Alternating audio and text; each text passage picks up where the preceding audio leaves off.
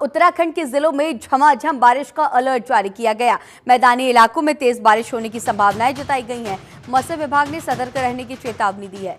तो ये बड़ी खबर उत्तराखंड से, जहां उत्तराखंड के कई जिलों में भारी बारिश का अलर्ट जारी किया गया। मैदानी इलाकों में तेज बारिश होने की संभावनाएं जताई गई।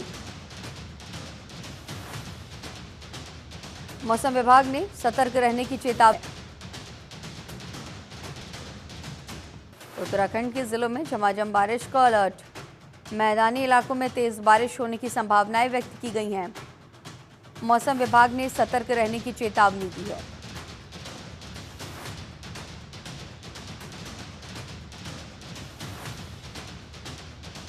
तो आए दिन बादल फटने की घटनाएं उत्तराखंड से सामने आती रही हैं। लैंडस्लाइडिंग की तस्वीरें हम लगातार देखते रहे और अब इन सबके बीच मौसम विभाग ने आने वाले दिनों में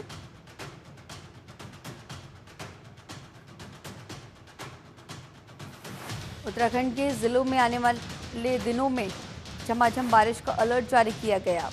मैदानी इलाकों में तेज बारिश होने की संभावनाएं जताई गई हैं। मौसम विभाग ने सभी से सतर्क रहने की अपील की है। सभी को कहा है कि अगर ज़रूरत ना हो तो अपने घरों से बाहर बेवजह ना निकलें।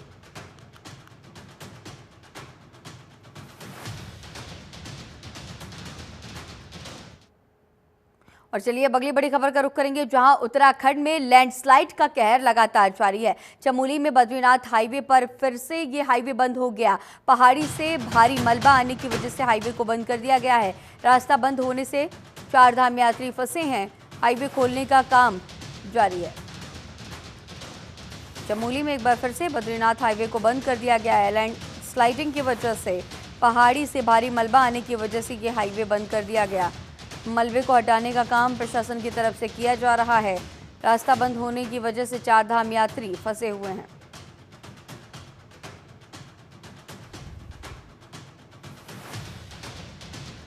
तो ये बड़ी खबर आपको बता रहे हैं, जहां उत्तराखंड में लैंडस्लाइड की तस्वीरें हम लगातार देखते रहे हैं। चमोली में बद्रीनाथ हाईवे एक बार फिर से बंद हो गया है।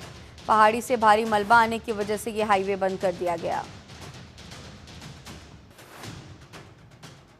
रास्ता बंद होने से जो यात्री हैं वो फंसे हैं। हाईवे को खोलने का काम जारी है। और ये तस्वीरें भी आपकी टीवी स्क्रीन पर बद्रीनाथ हाईवे की, जहां इन दिनों लैंडस्लाइडिंग की तस्वीरें हम अलग अलग जगहों से देखते रहे हैं। और अब हाईवे पर भारी मलबा आने की वजह से ये हाईवे बंद कर दिया गया है। रास्ता खोलने का काम किया जा रहा है।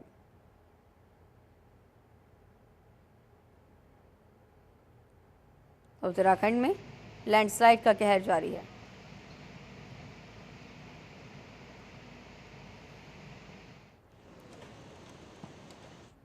उत्तराखंड में भारी बारिश की वजह से नदी नाले उफान पर है और इसके लिए प्रशासन चेतावनी जारी कर लोगों को नदी नालों से दूर रहने की अपील भी कर रहा है। और इसके बावजूद लोग जान जोखिम में डालकर नदी नाले पार करते हुए दिखाई दे रहे हैं। वहीं रुद्रप्रयाग में थाना अगस्त्यमुनि में मंदाकिनी नदी के बीच एक नेपाली मूल का व्यक्ति टापू में फंस गया। सूचना मिलने पर एसडीआरएफ की टीम मौके पर पहुंची और रेस्क्यू ऑपरेशन चलाया गया। एसडीआरएफ टीम ने व्यक्ति को काफी मशक्कत के बाद सफल रेस्क्यू किया है।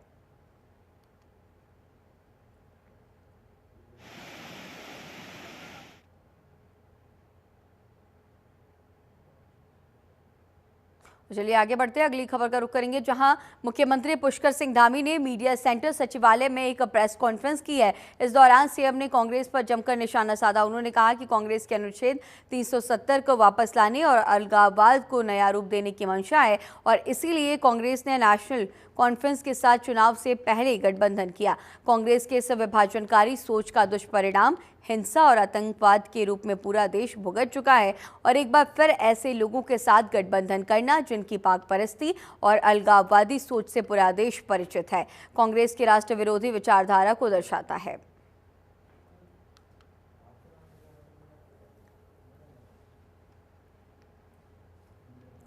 सीएम जम्मू कश्मीर में कांग्रेस और नेशनल कॉन्फ्रेंस के गठबंधन को लेकर के ये पूरी तरह से हमला लगातार बीजेपी के तमाम जो लीडर्स हैं उनकी तरफ से बोला जा रहा है। और इन सबके बीच उत्तराखंड के मुख्यमंत्री पुष्कर सिंह धामी ने भी जमकर निशाना साधा।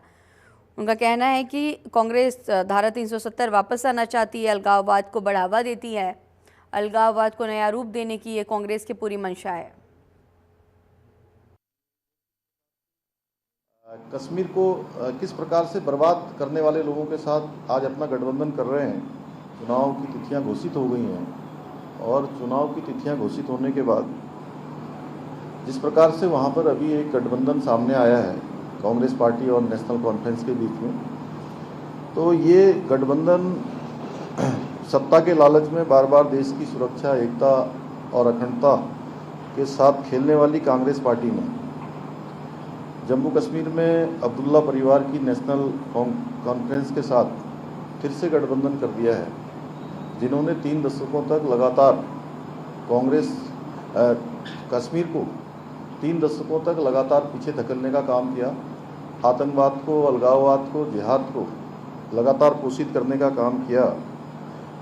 और कांग्रेस पार्टी ने जो गठबंधन किया है, उस गठबंधन के बाद उनके मंसूबे सबके सामने जाहिर हो गए हैं कि वो किस प्रकार से कश्मीर को किस प्रकार से बर्बाद करने वाले लोगों के साथ आज अपना गठबंधन कर रहे हैं। तो नेशनल कॉन्फ्रेंस के घोषणा पत्र के वादों पर कांग्रेस पार्टी और राहुल गांधी जी से हमारे चूँकि ये 10 सवाल हैं कि उनको 10 सवालों के जवाब देश की जनता को जरूर देने चाहिए कि क्या कांग्रेस नेशनल कॉन्फ्रेंस के जम्मू कश्मीर से फिर से अलग झंडे के वायदे को समर्थन करती है क्या, कि जो देश के अंदर एक निशान, एक विधान और एक प्रधान की बात होती आई है देश की आज़ादी के बाद से, जो धारा 370 समाप्त हुई है, क्या वो पुनः वहाँ फिर से धारा 370 लागू करना चाहते हैं? फिर से जो है अशांति और आतंकवाद के युग में कश्मीर को धकेलना चाहते हैं? इस निर्णय का क्या वो समर्थन करते हैं? क्या कांग्रेस कश्मीर के युवाओं के बदले पाकिस्तान के साथ वार्ता करके फिर से अलगाववाद को बढ़ावा देने का समर्थन करती है? ये प्रश्न है। क्या कांग्रेस पार्टी, राहुल गांधी पाकिस्तान के साथ फिर से व्यापार शुरू करने के नेशनल कॉन्फ्रेंस के निर्णय से फिर से बॉर्डर पार से आतंकवाद और इकोसिस्टम का पोषण करने का भी क्या समर्थन करते हैं? क्या कांग्रेस आतंकवाद और पत्थरबाजी की घटनाओं में जिनके परिवार के लोग शामिल रहे हैं, उनको सरकारी नौकरियों में फिर से बहाल करके आतंकवाद, दहशतगर्दी और बंद के दौर को फिर से वहाँ पर लाने का समर्थन करते हैं? इस गठबंधन से कांग्रेस पार्टी का एक और चेहरा सामने आया है, जो इन्होंने पूरे चुनाव के दौरान देश के अंदर एक झूठ परोसने का काम किया कि भाजपा की सरकार आएगी, एनडीए की सरकार आएगी, मोदी जी फिर से प्रधानमंत्री बनेंगे तो देश के अंदर आरक्षण समाप्त हो जाएगा। इस प्रकार का एक पूरा भरमजाल इन्होंने फैलाया, लेकिन कांग्रेस पार्टी का आरक्षण विरोधी चेहरा भी इस गठबंधन होने के बाद सामने आया है। क्या कांग्रेस दलितों, गुर्जर, बकरवाल और पहाड़ियों के आरक्षण को समाप्त कर फिर से उनके साथ अन्याय करने के नेशनल कॉन्फ्रेंस के वादे के साथ है क्या? और अब खबर चमोली से है, जहां पोखरी ब्लॉक सभागार में बीजेपी को मजबूत बनाने के लिए राष्ट्रव्यापी सदस्यता अभियान के तहत राज्यसभा सांसद और बीजेपी प्रदेश अध्यक्ष महेंद्र भट्ट की मौजूदगी में दीप प्रज्वलन के साथ कार्यक्रम का शुभारंभ किया गया। इस दौरान महेंद्र भट्ट ने कहा कि राष्ट्रीय और प्रदेश और ब्लॉक स्तर पर सदस्यता अभियान चलाया जा रहा है। संगठन की सदस्यता संगठन की आत्मा है, सदस्यता विचारधारा की प्रक्रिया है, इसीलिए अपनी सदस्यता को इस बार भी सर्वस्पर्शी, सर्वव्यापी और सर्वग्राही बनाना है। समाज के प्रत्येक घर तक जाकर बीजेपी का सदस्य बनाना है। उन्होंने ये भी कहा कि बीजेपी की ओर से सर्वप्रथम डिजिटल विशेष सदस्यता अभियान चलाया जा रहा है। हम सब लोग फिर से डिजिटल माध्यम से सदस्य बनेंगे।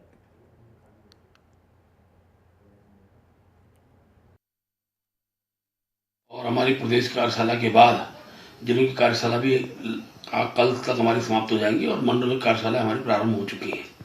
हम लोग अधिकतम सदस्यता अभियान की दृष्टि से हमारा प्रयास है कि प्रत्येक बूथ पर हम हर जाति वर्ग के व्यक्ति पार्टी से जोड़ें। उसके लिए हमने जहां जिला स्तरीय टोली बनाई है, वहीं हमारी मंडल की टोली बनी है और सदस्यता के लिए पहली बार बूथ स्तरीय टोली को भी गठित कर रहे हैं। 31 तारीख को बूथ स्तरीय टोली पर के साथ हमारे राष्ट्रीय अध्यक्ष JP नड्डा जी संवाद करेंगे और उसके बाद 1 तारीख को जब राष्ट्रीय अध्यक्ष जी प्रधानमंत्री जी को सदस्य बनाएंगे, उसके बाद पूरे देश भर के अंदर सदस्यता का अभियान विधिवत प्रारंभ हो जाएगा। ऑनलाइन सदस्यता है हमारी इस बार होनी है, हमने इसको ऑफलाइन भी रखा है। इसके साथ साथ नमो ऐप के माध्यम से भी मेंबरशिप होगी और QR कोड के माध्यम से भी सदस्यता के अभियान को एक आज के तकनीकी युग में हमने इसको बढ़ावा देने का प्रयास किया और प्रमाणिक सदस्यता इस रूप में होगी, ऐसा मैं कह सकता हूँ। पिछली बार से ज़्यादा सदस्यता भारतीय जनता पार्टी के उत्तराखंड के अंदर हो, इसके लिए हम सब लोग प्रयासरत हैं। जन्माष्टमी के पर्व को लेकर हरिद्वार पुलिस ने सुरक्षा के पुख्ता इंतजाम किए हैं और श्री कृष्ण जन्माष्टमी के अवसर पर मंदिरों, आश्रमों और सार्वजनिक स्थानों पर पंडाल लगाकर झांकियां सजाई जाएंगी। इसके साथ ही कुछ स्थानों पर जुलूस और झांकियां भी निकाली जाएंगी, जिनके चलते सुरक्षा व्यवस्था को लेकर के कड़ी निगरानी रखी जा रही है। SSP प्रमेंद्र सिंह डोभाल ने सभी थाना अध्यक्षों और चौकी प्रभारियों को इस पर्व के दौरान विशेष सतर्कता बरतने के निर्देश दिए। उन्होंने समस्त क्षेत्राधिकारियों को हरिद्वार शहर और ग्रामीण इलाकों का भ्रमण करने के आदेश भी दिए हैं ताकि किसी भी अप्रिय घटना से बचा जा सके।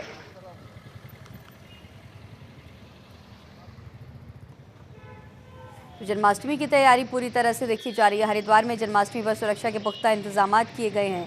जन्माष्टमी पर विशेष सतर्कता बरती जाएगी। चप्पे चप्पे पर पुलिस की नज़र है। छोटे छोटे बच्चे जो हैं वो जन्माष्टमी पर प्रैक्टिस करते हुए भी नजर आए। तो ये तस्वीरें भी आपकी टीवी स्क्रीन पर हरिद्वार की, जहां अलग अलग जगहों पर पुलिस बल पूरा अमला तैनात रहेगा। विशेष सतर्कता बरती जानी है। तो कल जन्माष्टमी का ये पावन पर्व, पूरे देश भर में जन्माष्टमी पर्व की धूम मची हुई है।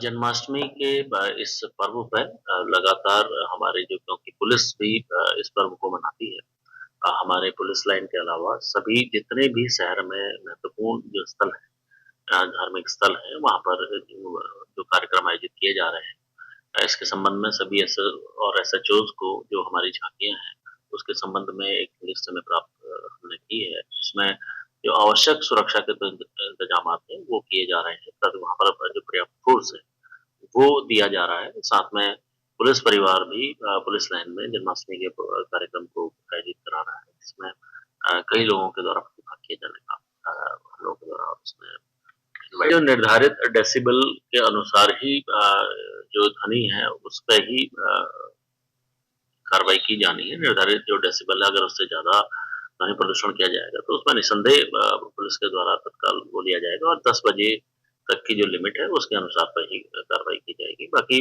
क्योंकि पारंपरिक एक त्योहार है जो सभी लोगों के द्वारा मनाया जाता है, इसमें बढ़ चढ़ हिस्सा लिया जाता है, तो इस हर्षोल्लास में पुलिस परिवार भी अपनी हमारी ओर से भी इसमें कार्यक्रम आयोजित कराए जाते हैं। हरिद्वार के रोशनाबाद क्षेत्र में नदी में हो रहे लगातार अवैध खनन को लेकर स्थानीय लोगों में भारी चिंता व्याप्त है। पहाड़ों में हो रही बारिश से नदी नाले उफान पर हैं, जिससे भू कटाव भी हो रहा है। बावजूद इसके खनन माफिया दिन रात खनन कर रहे हैं, जिससे न केवल पर्यावरण को नुकसान हो रहा है बल्कि लोगों की जिंदगी भी खतरे में पड़ रही है। रोशनाबाद क्षेत्र में अवैध खनन का सिलसिला थमने का नाम नहीं ले रहा। स्थानीय लोगों के अनुसार खनन माफिया खुलेआम दिन के उजाले से लेकर रात के अंधेरे तक नदी में खनन कर रहे हैं। खनन के कारण नदी में बड़े बड़े गड्ढे हो गए हैं और लगातार चल रही ट्रैक्टर ट्रॉलियों से सड़कों की हालत भी खराब हो गई है और इससे स्थानीय निवासियों को आवाजाही में भारी दिक्कतों का भी सामना करना पड़ रहा है। बीते दिनों खनन के चलते एक बच्चे की मौत हो गई थी, जिससे स्थानीय लोगों में आक्रोश बढ़ गया है। लोगों का ये कहना है कि उन्होंने कई बार प्रशासन को शिकायतें की, लेकिन कोई ठोस कार्रवाई अब तक नहीं हुई है। स्थानीय लोगों ने यह भी मांग की है कि यहाँ एक तटबंध का निर्माण किया जाए ताकि नदी के बहाव को नियंत्रित किया जा सके और भविष्य में किसी अनहोनी से बचा जा सके।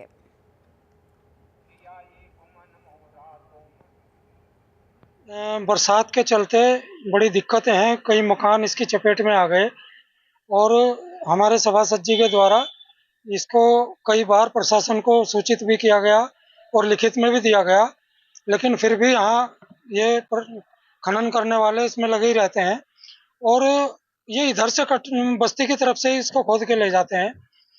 तो इसका प्रशासन को शिकायत के बावजूद भी कोई विशेष यहाँ पे ध्यान नहीं दिया जा रहा, जबकि यहाँ पे एक बच्चा बरसात में ही डूब के मर गया था। उसके बाद एक छोटा सा बच्चा एक गड्ढे में गिर के मर गया, लेकिन यहाँ पे कोई विशेष और हमारी ये सारी सड़कें टूट गई। आवाजाही की बड़ी दिक्कत है। सुबह शाम यहाँ पे कंपनी से आने जाने वाले, ड्यूटी आने जाने वालों को बड़ी परेशानी होती है। उसके बावजूद प्रशासन की तरफ से कोई विशेष ध्यान नहीं दिया जा रहा है। हरिद्वार में भेल कारखाने से लगभग 1 करोड़ रुपए के सामान की चोरी का मामला सामने आया। इस गंभीर घटना को लेकर भेल प्रबंधन की ओर से रानीपुर कोतवाली में मुकदमा दर्ज कराया गया है। मामले का संज्ञान लेते हुए हरिद्वार पुलिस ने तत्काल जांच शुरू कर दी। हरिद्वार के वरिष्ठ पुलिस अधीक्षक ब्रह्मेंद्र सिंह डोभाल ने बताया कि भेल प्रशासन की ओर से रानीपुर पुलिस को एक शिकायत मिली थी। इस शिकायत के आधार पर पुलिस ने तुरंत मुकदमा दर्ज कर लिया और मामले की तह तक पहुंचने के लिए हर संभव प्रयास किए जा रहे हैं।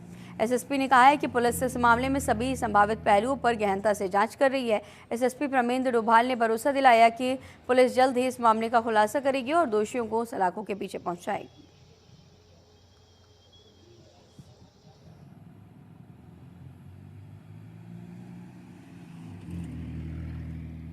बीएचईएल प्रशासन द्वारा पुलिस को एक कंप्लेन रानीपुर थाने में दी गई थी, जिसमें इनके कुछ वैल्यूएबल्स जो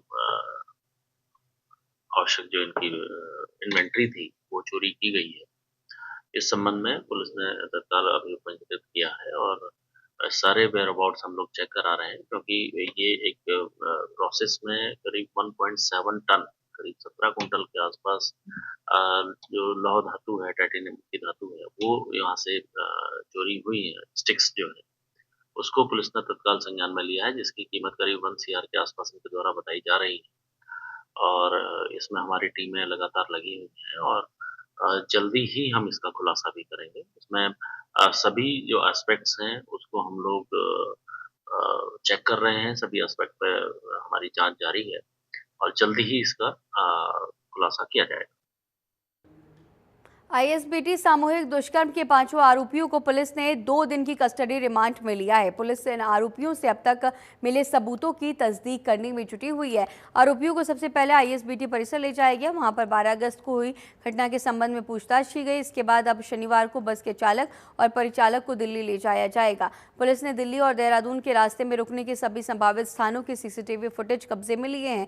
आपको ये भी बता दें कि मामले की जाँच कर रही एसआईटी ने 5 आरोपियों को पुलिस कस्टडी में लेने के लिए कोर्ट में प्रार्थना पत्र दिया था। इस पर कोर्ट ने बीते बृहस्पतिवार को सुनवाई की और सभी की 2 दिन की कस्टडी रिमांड मंजूर कर ली गई थी। इसके बाद आरोपियों को आईएसबीटी लाकर के पूछताछ की गई। करीब 2 घंटे तक उनसे चौकी में भी पूछताछ की गई। इसके अलावा बस के चालक और परिचालक को पुलिस आज दिल्ली लेकर जाएगी। इस तरह आरोपियों को लेकर उस दिन हुई घटना के संबंध में पूछताछ की जाएगी।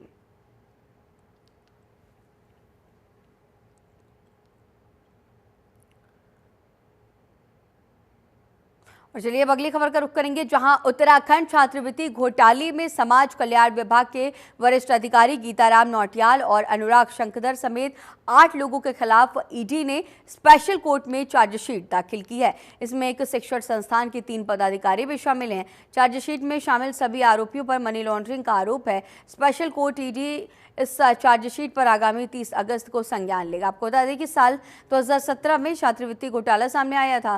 करोड़ों रुपए के इस घोटाले में साल 2019 में एसआईटी का गठन किया गया। एसआईटी ने हरिद्वार और देहरादून में कई शिक्षण संस्थानों और सरकारी अधिकारियों के खिलाफ 100 से अधिक मुकदमे दर्ज किए। इन मुकदमों में पुलिस एसआईटी की जांच पूरी होने के बाद सभी आरोपियों के खिलाफ चार्जशीट भी दाखिल की जा चुकी है। एसआईटी की जांच के बीच ही ईडी ने इस मामले का संज्ञान लिया था। साल 2022 में ईडी ने घोटाले में शामिल सभी शिक्षण संस्थानों, पदाधिकारियों और सरकारी अधिकारियों को नोटिस भेजना शुरू किया था। आरोपियों से कई दौर की पूछताछ जारी है। चलिए आपको ग्राफिक्स के जरिए भी समझाते हैं कि क्या है उत्तराखंड छात्रवृत्ति घोटाला मामला।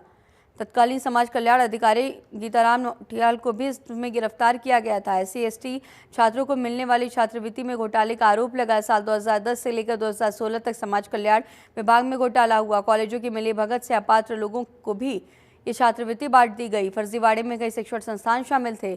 कई शिक्षण संस्थानों पर छात्रवृत्ति के नाम पर करोड़ों हड़पने का आरोप है। मामले की जांच SIT ने की है। समाज कल्याण विभाग के 6 बड़े अफसरों समेत कई लोगों को गिरफ्तार किया गया। घोटाले में उत्तराखंड समेत कई राज्यों के कई शिक्षण संस्थानों पर केस दर्ज किए गए। तत्कालीन समाज कल्याण अधिकारी गीताराम नौटियाल को भी गिरफ्तार किया गया है।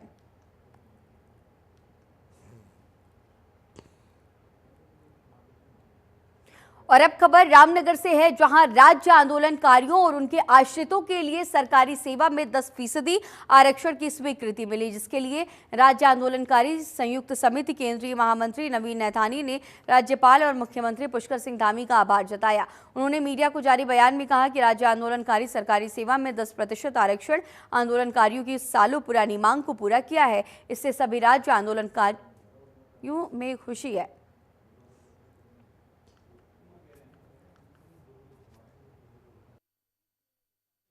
प्रतिशत क्षैतिज आरक्षण की जो खुशी राज्य आंदोलनकारियों को पूरे उत्तराखंड में दी गई है, उसके लिए महामहिम राज्यपाल महोदय, माननीय मुख्यमंत्री पुष्कर सिंह धामी जी समेत पूरे मंत्रिमंडल का हमें उन्हें बधाई देते हैं और शुभकामनाएं देते हैं कि उन्होंने जो है राज्य आंदोलनकारियों की वर्षों से जो मांग थी उसको पूरा करने में अपना पूरा अहम सहयोग दिया।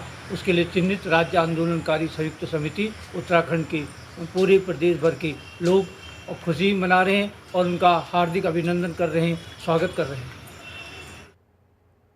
और अब खबर लक्सर से है, जहां लक्सर विकास खंड की टीम ने गांव पहुंचकर विकास कार्यों की जांच शुरू की है। लक्सर के मुबारकपुर अलीपुर पंचायत के उपगांव जैनपुर के कई लोगों की तरफ से सीएम पोर्टल पर शिकायत की गई थी कि ग्राम पंचायत के प्रधान और कर्मचारियों ने सड़कों पर पशु की शेड और कई अन्य विकास कार्यों में जमकर धांधली की। इस शिकायत की ग्राउंड पर जाँच करने के लिए लक्सर के कार्यकारी खंड विकास अधिकारी शीशपाल राठौर जाँच टीम के साथ गाँव पहुंचे और उन्होंने जाँच पड़ताल शुरू की है। शिकायतकर्ता के साथ साथ कई ग्रामीणों ने भी प्रधान और ग्राम पंचायत कर्मचारियों पर कई गंभीर आरोप लगाए। मुख्य शिकायतकर्ता जमाल अख्तर ने कहा कि सड़कों व नालियों के निर्माण कार्यों में जमकर भ्रष्टाचार किया गया है। देखिए, मैंने जो ग्राम पंचायत मुबारकपुर अलीपुर के ग्राम जैनपुर खुर्द में जो सरमौसम सड़क निर्माण कार्य मनरेगा के अंतर्गत कराया जा रहा है, आपने भी उसमें देखा है, आपने वीडियोस भी बनाई हैं। उसमें बहुत ज़्यादा मात्रा में बहुत ज़्यादा धांधली पाई गई है। जो धरातल पे आपने देखा है उसमें काम विकास कार्य कराए ही नहीं गए हैं और जो बाकी एस्टीमेट है, एस्टीमेट के आधार पे जो जांच करने के लिए वीडियो साहब आए थे, उसके आधार पे देखते हैं क्या जांच होती है क्या नहीं होती है। मैं तो यही मांग करूँगा कि निष्पक्ष होकर जाँच हो, तो गाँव वालों की भी थोड़ा उसमें जो विकास कार्य कराए गए हैं गाँव वालों को उसमें सबको अवसर मिलना चाहिए। क्या हो रहा है, जो 40-40 बीघा के काश्तकार हैं जो इन चीज़ों के पात्र ही नहीं है, टीन शेड हो गए। मैं अपने गांव में भी दिखा, अभी आपने देखा है जांच के लिए, उसमें जिसके पास 70 बीघा ज़मीन है उसको टीन शेड निर्माण कार्य कराया जा रहा है उसके यहाँ पे, और वो भी रेलवे की ज़मीन में। और बहुत सारे लोग ऐसे हैं जो विकलांग हैं, जो विधवाएँ हैं, जो इस चीज़ के पात्र है, उनको कोई फिक्र ही नहीं है, उनको कोई प्रधान के द्वारा कोई किसी प्रकार का कोई विकास कार्य कराया ही नहीं जा रहा है। मैंने सरमौसम सड़क, पशु शेड उनके देखे हैं। अभी मैंने मतलब वहाँ क्या है सर पे क्या नहीं है, ये सब चीज़ देखी है मैंने। मैं इसके बाद जाऊँगा, ऑफिस में जाऊँगा, पत्रावली मंगाऊँगा, उसकी एमडी मंगाऊँगा, मेरे मंगाऊँगा, क्या क्या उसमें कमी है, क्या हो सकता है, ठीक है, तो उसके आधार पर जांच लिखी जाएगी। सड़कें भी आपने देखी हैं, उसमें कुछ गड़बड़ पाई गई, क्या है? कमियां हैं उसमें ना, ठीक है। मैं आपको ये कहा कि जो कमियां हैं तो मैं अभी वो भी जाऊँगा, उसकी फाइल मंगाऊँगा, उसकी जो MB है मेजरमेंट बुक मंगाऊँगा, तब उसमें क्या है क्या नहीं है उसके आधार पर जांच लिखी जाएगी। ना कि देखो ऐसा नहीं बोल सकते कि निर्माण कार्य मिला नहीं, निर्माण कार्य तो वही है, पर ये है कि जहाँ अच्छा गड्ढे हैं ना, अब वो ये कि किस रीजन से ऐसा गड्ढे उसमें हो रखे, ठीक है ना, सोचना होगा, उसके लिए भी जो भी होगा वो मैं लिखूँगा।